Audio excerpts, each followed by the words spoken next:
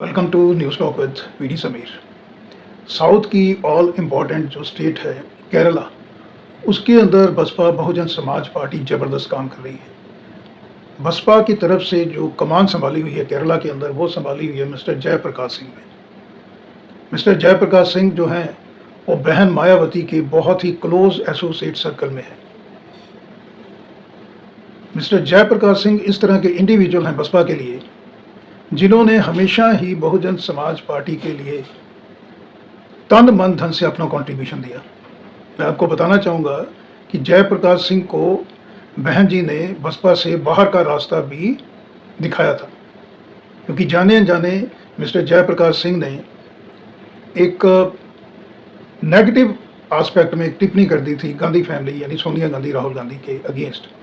Party ने उनको बाहर का रास्ता भी दिखाया, लेकिन इस तरह के इंडिविजुअल, मैं समझता हूं कि इस तरह के एक इकलौते नेता हैं पॉलिटिक्स के अंदर जिन्होंने पार्टी से बाहर जाके, पार्टी से बाहर निकालने के बावजूद भी बसपा का झंडा बुलंद रखा।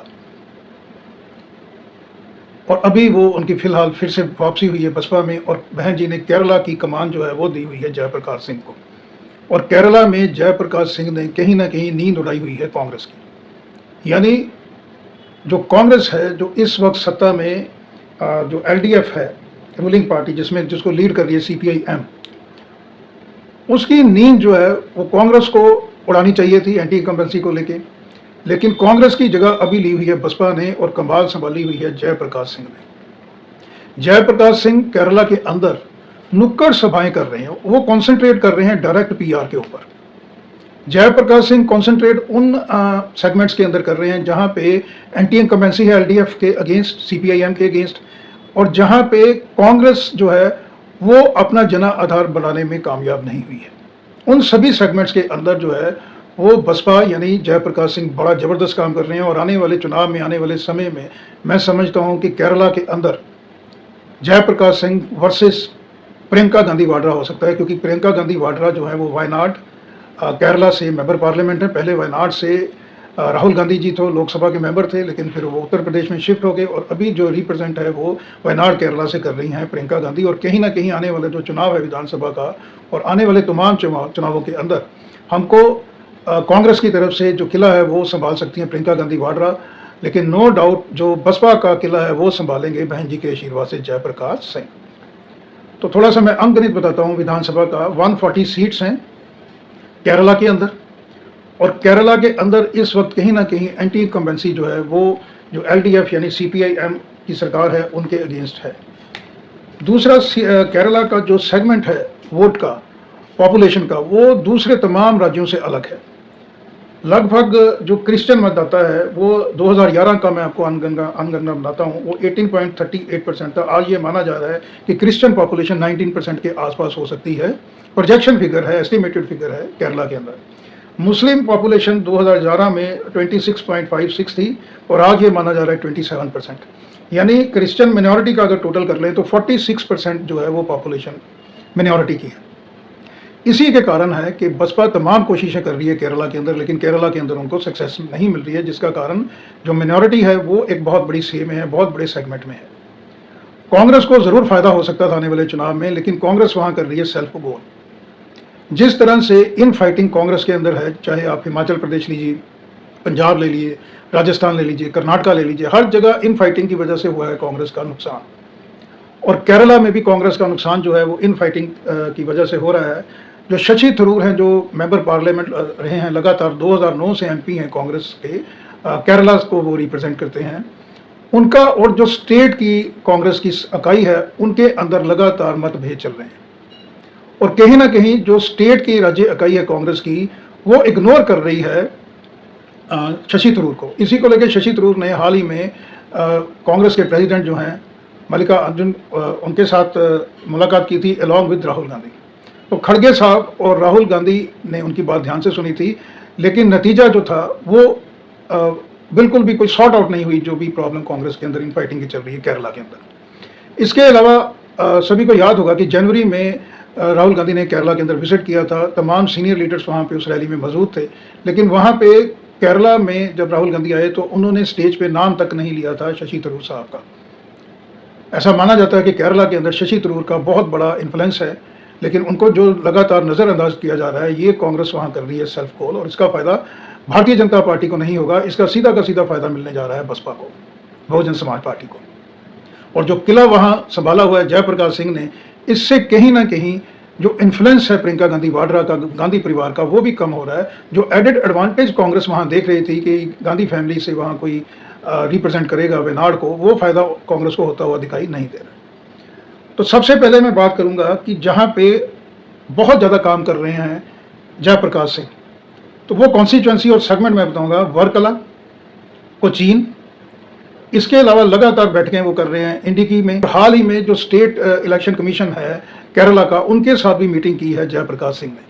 तो आप समझ सकते हैं कि जयप्रकाश सिंह 24/7 काम कर रहे हैं, प्रोएक्टिव तरीके से काम कर रहे हैं। और इलेक्शन कमीशन जो है स्टेट का, केरला का, उनके साथ जो मीटिंग हुई थी कोचीन में जयप्रकाश सिंह ने, तो SIR का मुद्दा उसके अंदर जो है वो बहुत ही इंपॉर्टेंट रहा था। इसके अलावा जयप्रकाश सिंह पलक्कड़, मलप्पुरम, कोल्लम, उडुक्की में भी बहुत ज़्यादा काम कर रहे हैं ग्राउंड लेवल पे।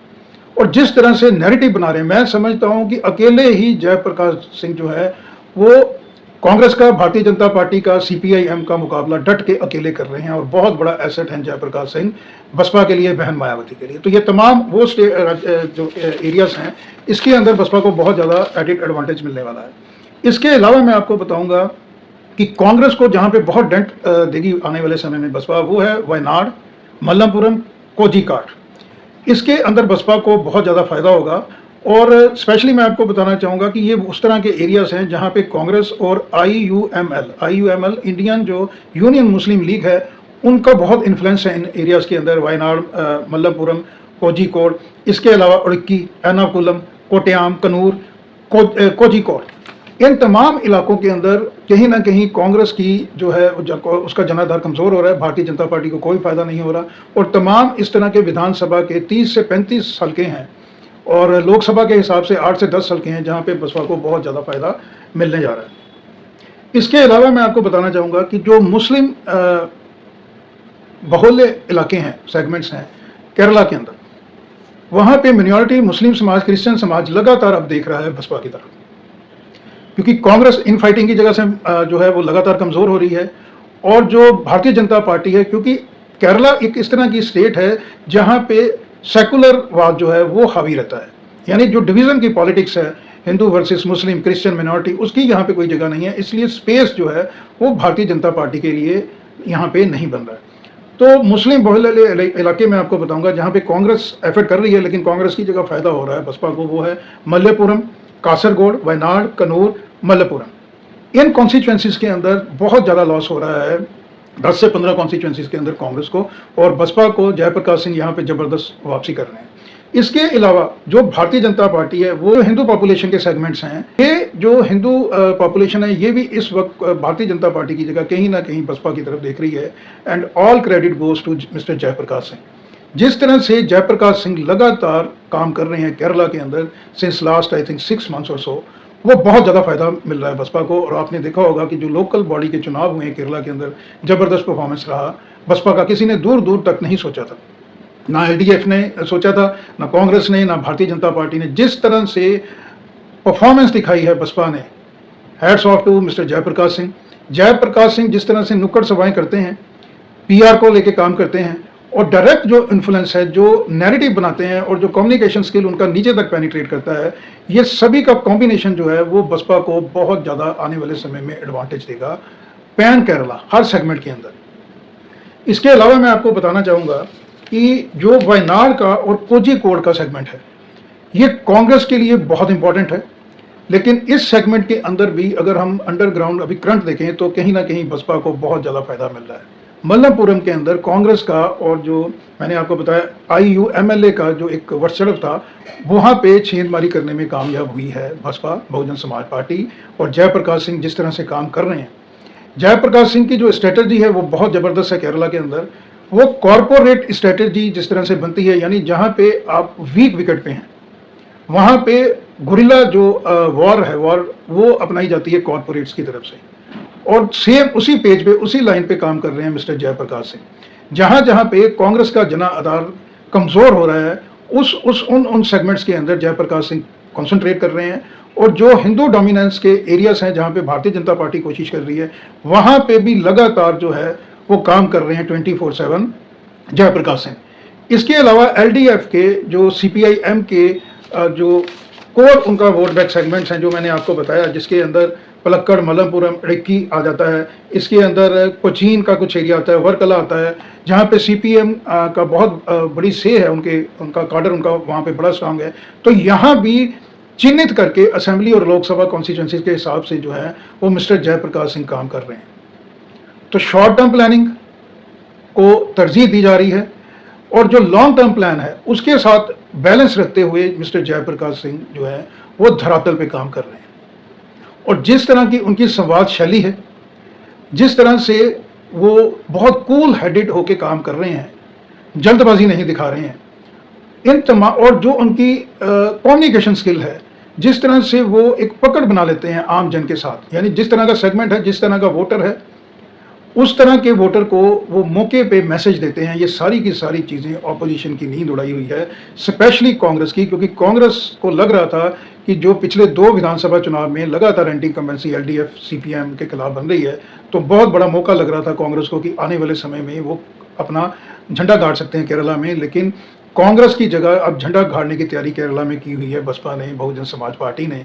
और जिस तरह से अभी बसपा काम कर रही है, जो हिंदी भाषी स्टेट्स हैं उसके अंदर काम कर रही है, लेकिन सबसे ज़्यादा क्रेडिट मैं समझता हूँ जो बसपा को, बसपा की मेहनत और बसपा का काडर जिस तरह से काम कर रहे हैं अंडर द लीडरशिप ऑफ बहन जी, और स्टेट में under the leadership of mister Jayprakash Singh, hats off to them, hats off to जो बसपा का टॉप ब्रास है, बसपा का थिंक टैंक है, उनकी जितनी तारीफ की जाए कम है, क्योंकि कहीं ना कहीं बसपा के टॉप ब्रास ने, बहन जी ने फ्री हैंड दिया हुआ है मिस्टर जयप्रकाश सिंह को, और मिस्टर जयप्रकाश सिंह बहुत अच्छे नतीजे लाने की कोशिश कर रहे हैं, पॉजिटिव होके फील्ड के अंदर काम कर रहे हैं।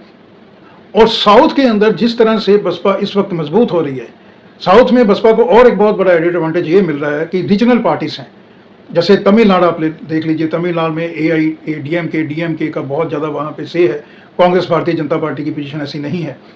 तमिलनाडु के अलावा आंध्रा में भी कमोपेश जो नेशनल दल हैं उनकी स्थिति नहीं है। तो बसपा के लिए केरला, तमिलनाडु, आंध्रा, इन तीनों स्टेट्स के अंदर आने वाले समय में आप देखिएगा कि बहुत बड़ा मौका बन रहा है। और जिस तरह से उत्तर प्रदेश, पंजाब, उत्तराखंड, राजस्थान, महाराष्ट्र में बसपा लगातार आगे बढ़ रही है, तो जब साउथ का तड़का इसके साथ लगेगा तो आने वाले समय में जो 2 देश की मुख्य नेशनल पार्टीज हैं, भारतीय जनता पार्टी और कांग्रेस, उनको फाइट करने की स्थिति में आने वाले आप विधानसभा चुनाव, आने वाले लोकसभा चुनाव में बसपा उस पोजीशन पे, उस मुकाम को हासिल ज़रूर कर सकती है। और जिस तरह से अभी बसपा का विस्तार लगातार हो रहा है अलग अलग स्टेट्स के अंदर, उसको लेके भी विपक्ष की जो है वो नींद उड़ी हुई है। तो आज के अंक में इतना ही, फिर किसी मुद्दे को लेकर आपके समक्ष हाजिर होगा। तब तक के लिए नमस्कार, थैंक यू, धन्यवाद।